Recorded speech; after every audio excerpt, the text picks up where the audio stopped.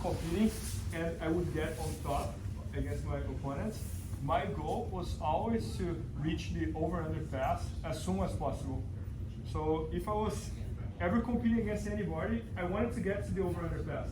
And in my mind, the reason why was because I had spent so much time doing that technique that even though if my opponent was better than me in Jiu-Jitsu, I would believe that that passing would work because on that specific position, I was better than him.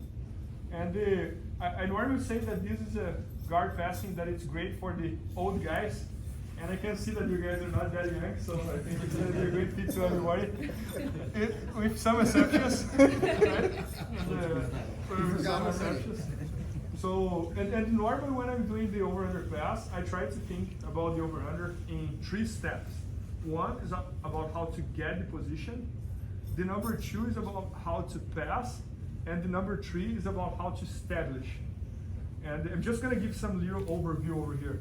So for example, if I don't know how to get to the over-under, it doesn't matter how good my over-under is, but if I don't know how to get there, that's not going to help, right?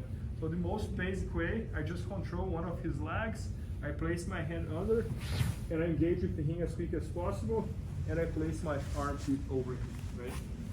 Once I did that, I got to know how to pass.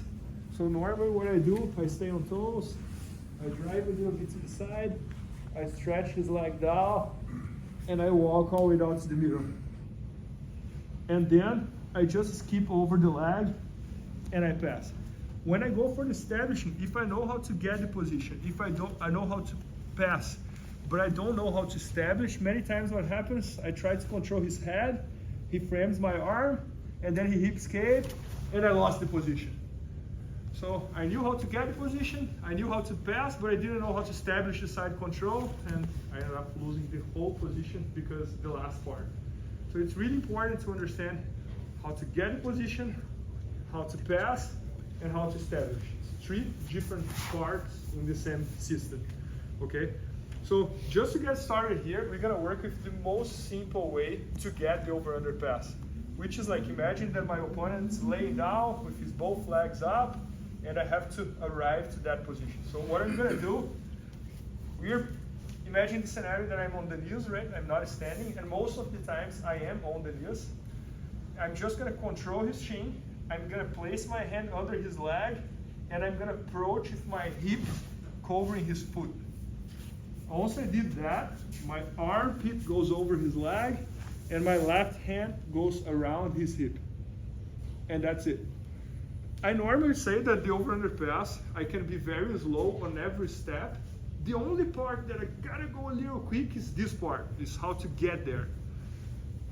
If I go like slow motion here, control his leg, I do this, I go here, he hip escape and he starts moving, he brings his legs in.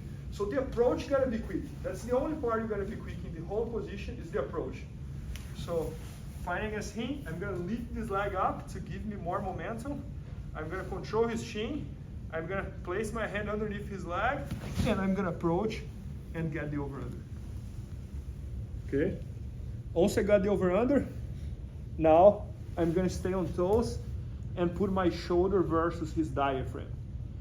And we're gonna pause over here. Okay? So I'm fighting against Nate.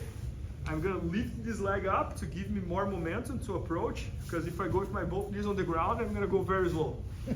So I'm gonna lift this leg up, I'm gonna control his shin, my hand goes underneath his leg, I'm gonna approach and place my armpit over his leg. And then once I got here, I'm gonna hug his leg, control anywhere around his gi over here, stay on toes with my shoulder on his diaphragm. And that's it.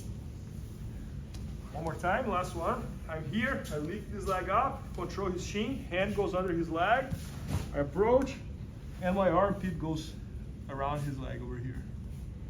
Now, I stay on toes with my shoulder on his diaphragm, and we're gonna pause over here. Does it make sense, guys? With your right arm, when you go around over,